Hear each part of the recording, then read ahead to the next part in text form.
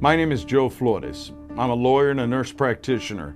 I was raised right here in South Texas and sold newspapers in Alice, Texas. As soon as I could, I started working in the hospital. Helping people has become a lifetime mission. I went to law school to help people even more. I understand medicine and I understand the law, and I will give your case the attention it deserves. Call me.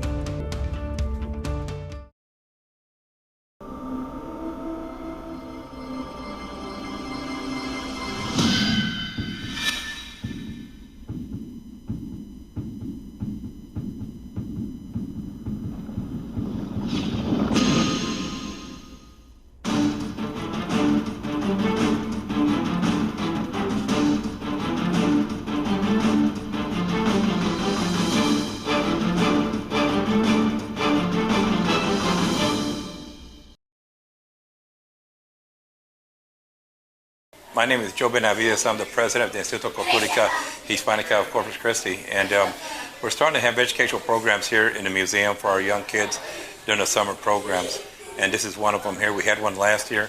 Hello, this is JoeFloresDrBaca, associate professor in the Department of Engineering at Texas A&M Corpus Christi, and we are today here having a STEM workshop in partnership with the Instituto de Cultura Hispanica. This is a STEM workshop that is dedicated to helping students, the new generation, to learn about technologies that can be used in agriculture. This is a project that is supported by the Department of Agriculture, and we are trying to build smart greenhouses. They are using sensors so that they can measure, what is happening with the pots, with the plants, and so on.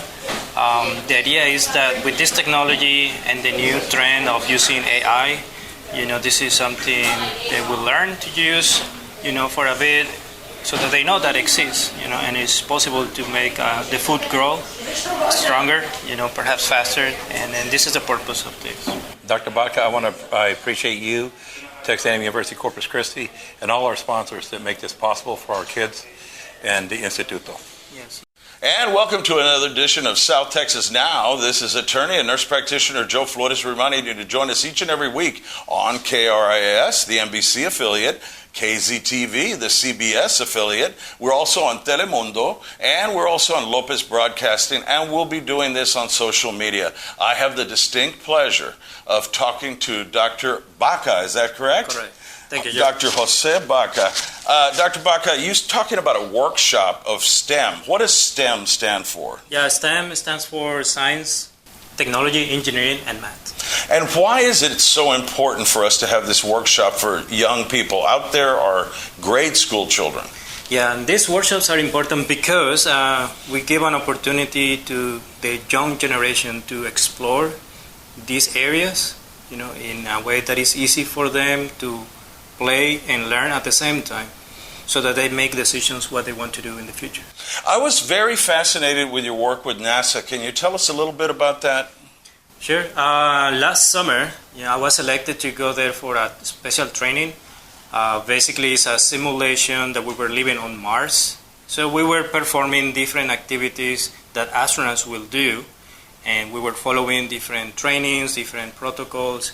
We were performing, different tasks that astronauts will do every day while there. One question, is there water on Mars? They're still exploring. Hopefully there is. And maybe it'll even become a gas station for, the universe. Who knows? They find water, hydrogen, whatever. You know better than I do. What is your favorite topic? When we talk about math, science, engineering, what is it that made you get into engineering? I know that you've gone to one of the top schools in the world. What made you get into engineering? Well, I really enjoy robotics. This is something that I saw, when I was a kid as a main topic. I really liked them, so I wanted to be able to build, to program those robots. That led me to go and do engineering. And you are from Mexico, and you came to America. Were you studying for your doctorate when you came over here, or you already had your doctorate? I already had it. I got my degrees in Mexico, in Germany, Spain, and then I moved here to U.S. Seriously, 4 countries? Yeah. Minimum. I've got boots older than you, Doctor. I mean, you look very young. I mean, bien jovencito, young for those that are out there. So what made you decide to teach at Texas A&M Corpus Christi? Yeah, I was looking to get into the academia, and I like to teach, and I like to do research on engineering topics. That's why I selected to, pursue this path. How are we going to integrate artificial intelligence and STEM together, which is, remind me, STEM is science, technology, and engineering and mathematics. How are we going to combine AI, or how are they going to complement each other using artificial intelligence? Yeah, well, AI is part of the combination of technology, development of new technologies, and they help each other because you have, for instance, a machine that is right now operated by a person. Then you can program the machine to do the thing on their own. That will be a robot. Then with AI, you basically can collect data that can be used to train other robots, for instance, to do an action or to give you better solutions of a problem. So AI will help you, to find better solutions to different problems. And that sounds great, but what about the worker out there? Are there going to be opportunities for work, or will jobs be replaced, or are we just going to have different types of professionals? Different types of professions, I will say. Look, back in the years when robotics was kind of the big thing, it was booming. Yes. Everybody was like afraid that they will take some jobs and so on. And we still have, plenty of jobs. So it's the same here. AI will be there. Some new positions will be created based on, the needs, new needs. But perhaps you no longer need to do a specific task, but another task. Well, I mean, it's like Uber, for instance. I was in an Uber, and they told me the car drives itself, but it still had a driver. And it let everybody know where everything was and every car position and everything. So when you're talking about putting this into action, what kind of robots are you envisioning? What is your vision for those people, Generation Z, that are coming up and Alpha that's coming up? What is your vision for them? What do you see them doing in the next 10, 20 years? When it comes to automation, right now, I think you have seen cars already driving themselves, right? Self-driving. Yes. So there are a lot of opportunities on that, how to make them even safer, if that's the case, right? How to make them safer. Would you trust, sitting on the back while the car is driving itself? I don't know. At this point, the opportunities are there, right? Can you make them feel safer? And talking about right now, especially politics and everything, how is President Sheinbaum, President Trump, we have a rich history of trade, especially after NAFTA. Are we sharing technology? Are you seeing that? Because you come from an area where there's a lot of technology. It's almost like the Silicon Valley of Mexico. And Monterrey also, where it's very technical. Do you see us working together as partners to make it a better and safer world with technology? I mean, it's feasible, It's feasible. There are many new things happening in different countries, not just in those two, right? Yes. And there is always someone, finding the best new solution. And as long as we can share that information, then, it just leads to safer devices or systems. From the parents' point of view out there that are watching you on KRIS, KZTV, Telemundo, and on Lopez Broadcasting, this will be airing in August and September. Dr. Baca, what would you tell the parents out there if their child is struggling with math, science, engineering, that they're fearful of it? What sort of tools or sort of preparation can parents help with, especially when they get ready for their SATs and college admissions? Yeah, well, one of the first things we should do with kids is not to tell them that math is hard. That's the first thing we need to do. Help by not saying that. I see that happening a lot. They are still on the table having dinner or whatever, and they are saying math is hard. Maybe you're not. No, they don't say even maybe you're bad at math. And that's a label. That's a label, and then, that's a bad start. Math is easy as long as you give an opportunity. Easy for a doctor in engineering. No. But, can you do 2 plus 2?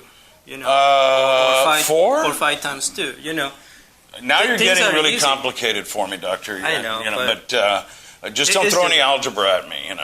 My daughter in the wings here, our associate producer Vanessa Flores, she took calculus and she took all these hard sciences. In a moment, she's going to want to talk to you, if that's okay, and get the Generation Z take on it.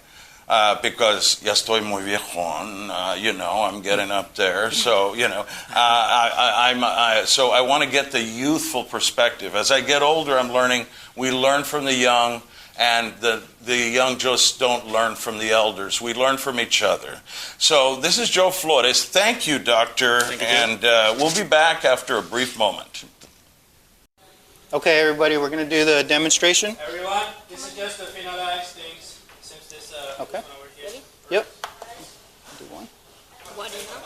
Okay, so we're setting the irrigation duration here. So if you were anywhere in the world and you had to set up in your smart greenhouse at home and you wanted to trigger the water, you can either set it up automatically or manually. So we have the time set, and we're going to simulate as if we were somewhere else and we wanted to water our plants at home. So we're clicking it, and then our plant gets watered.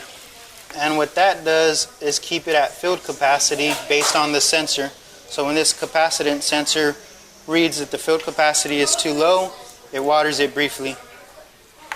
Hi, this is attorney and nurse practitioner Joe Flores. If you are a healthcare provider and are having problems at work or your board license is in jeopardy, call me. After nearly 25 years of experience, I can help answer your questions, and we can try to help get you a defense. You've worked hard for your license. Remember, 361-887-8670. Call Joe Flores. I'm a nurse practitioner and a lawyer. My name is Joe Flores. I'm a lawyer and a nurse practitioner. I was raised right here in South Texas and sold newspapers in Alice, Texas. As soon as I could, I started working in the hospital. Helping people has become a lifetime mission. I went to law school to help people even more. I understand medicine and I understand the law, and I will give your case the attention it deserves. Call me. I want to talk about Vanessa Flores. Vanessa Flores is a Terry Scholar. These scholars go through a very rigorous process to qualify to attend Texas A&M College Station. Not only is Vanessa Flores a scholar who excels in mathematics and science, but she's also the only Latina senator for the college that has been elected twice and has served as a senator for students in need and in the community. And many of them are Latino.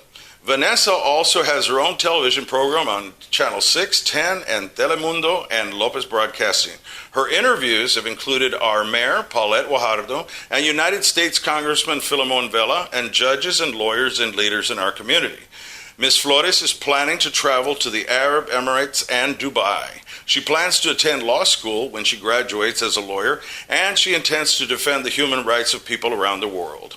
Vanessa is a world-class ballet performer in Germany and also in Austria, and throughout her college career, Vanessa has been a role model for young children at Texas A&M University College Station and has worked closely with children from Europe and South America and Mexico, as well as the United States. Vanessa also worked for 1 year in Washington as a congressional aide for Congressman Filemon Vela, who served for 8 years bravely for the citizens of South Texas.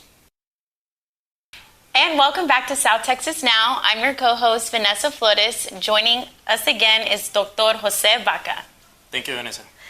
So, Dr. JoeFloresDrBaca, you told us that about a few things that parents can help to encourage children if they are struggling with mathematics. What would you say for children who don't really have the resources, don't really have those parental figures at home, to stay motivated if STEM is something that they're interested in?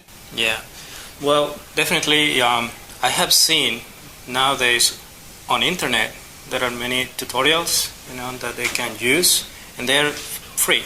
available. There are videos of persons explaining different topics about math at different levels. And I think that's a good way to start if there are no other resources, like to go to some camps or so, right? Those are available there. Yeah, I agree. And I'm sure that there are different resources at the school. Whether you talk to your teacher, maybe they can put you in contact with something that CCISD is offering or your local independent school district. So how was the program today? The STEM workshop that we had today is about, is focusing on agriculture, but we are combining now AI technology, we're combining sensors, and the kids need to learn how to use them, how to calibrate them so that they can actually measure the real information from the plants. And the idea is that they collect data, from these sensors so that they can apply AI to this information. The objective is, of course, to have, for instance, an app in where you can see how your plants are doing at the end of the day, and if they need water, that's an assistant that will tell you. Wow, that's incredible. So what made the focus of the program today be about agriculture specifically?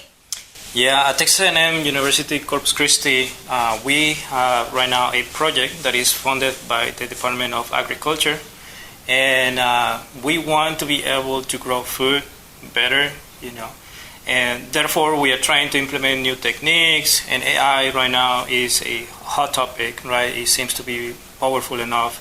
So we're trying to apply that to standard technology and see if we can make this the newest step. Wow, I think that's really incredible that we were able to incorporate AI and agriculture, because I feel like when a lot of people think about STEM, they don't think about different things that STEM could affect, like farming, and that's important for us to be able to live our daily life is our food and where it comes from. So I think that's incredible that you were able to incorporate that today for the kids. Yeah, no, and it's a way to encourage kids to get into these fields, and agriculture is an important field. We need it, but we should start including more technology into this. Absolutely. Well, thank you so much, Dr. JoeFloresDrBaca. Any last words to tell our viewers? No, thank you for this interview, and we are going to be hosting some workshops in the community through the semester. So just to pay attention to the university website, we post all the information there, and we indicate the places and so on. Do you have the website name for our viewers to be able to look? Well, one of the options is if you look into TAMUCC University and then Department of Engineering, for instance, is in there where they can find workshops that I am organizing, for instance, right? But there are other workshops around. Okay, fantastic. Well, there you have it, folks. Make sure to look on TAMUCC website and look for workshops in the engineering department with either Dr. JoeFloresDrBaca or other professors that are holding it at that time. We appreciate your time so much. Thank you, and God bless. And welcome to another edition of South Texas Now. This is attorney and nurse practitioner Joe Flores. And not only are we bringing this here locally in South Texas, but we're also broadcasting on YouTube. Usually I have a guest on, but today I wanted to try something a little bit different. A lot of the time people ask me, Joe, well, what kind of law do you practice? Or better yet, they'll say, what kind of lawyer are you? And I always tell them, a darn good one, I hope. And so we do a little bit of everything here. We do a little bit of civil, we do criminal, representation of those that have been accused falsely, we believe that have been unjustly treated by the system. Also federal law, which is something that's really tough. We're very, very much into saying stop mass incarceration now. Ever since the war on drugs, which I believe is pretty much unwinnable, and I don't think people want to win it, and I'll tell you why I say that, is because it would put a lot of people out of jobs. And really, the way things are going worldwide, our war perhaps has been somewhat effective.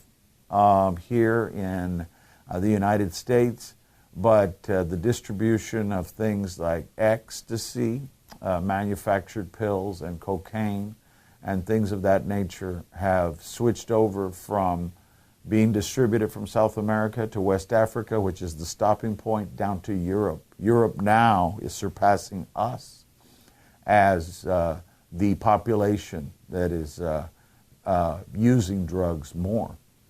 And so we have decreased somewhat the amount of drugs, but it's been usurped by different drugs.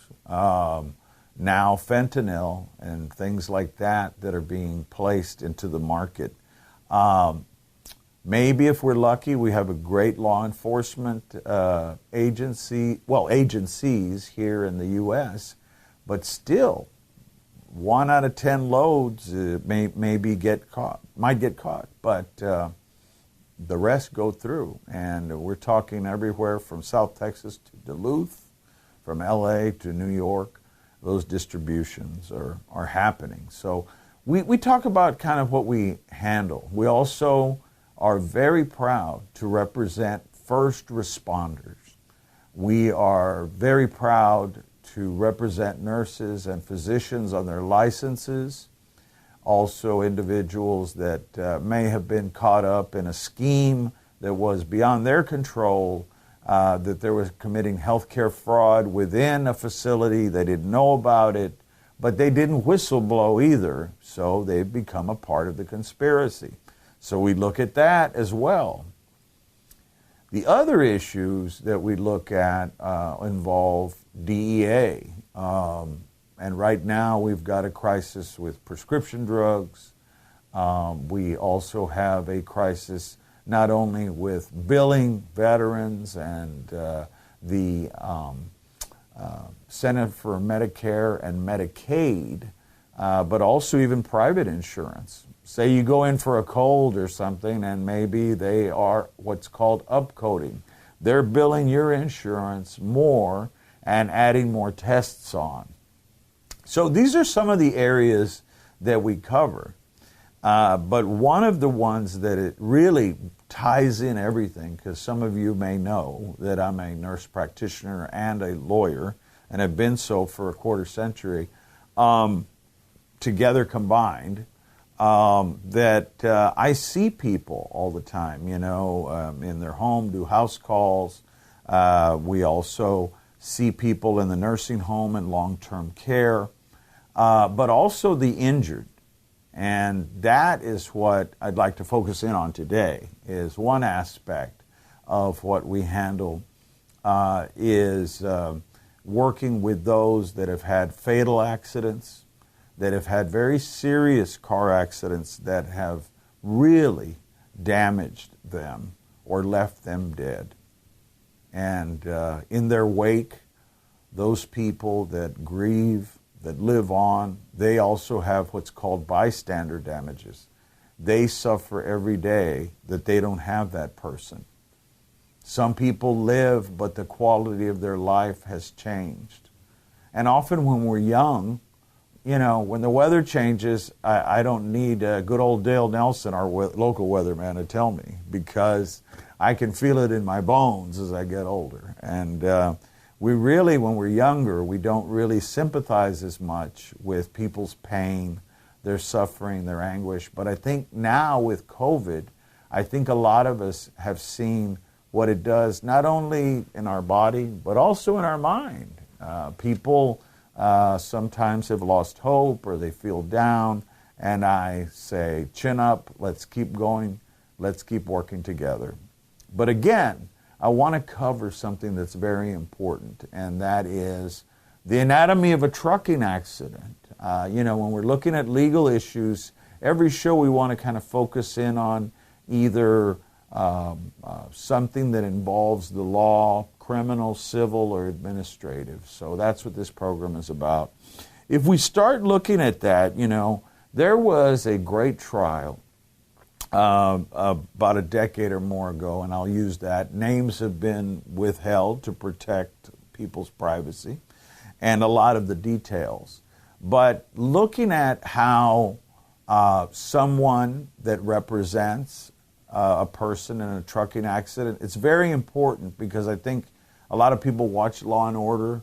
A lot of people see a lot of Criminal Intent and all those types of shows, but never really see what goes on in a trial that involves trucking an accident or a major accident, car accident.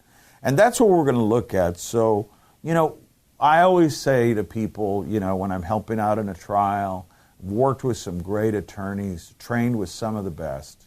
And I'm not saying I'm one of the best or anything like that, but what I do bring to the table is I help the attorneys see what the damages model is and how much they can ask a jury for. It's not easy asking for money, especially from a jury, because a jury may, somebody on a jury may say, I got in a car accident and no one gave me $1, and I live in pain every day. The other person didn't have insurance. I had to have my own insurance pay for it.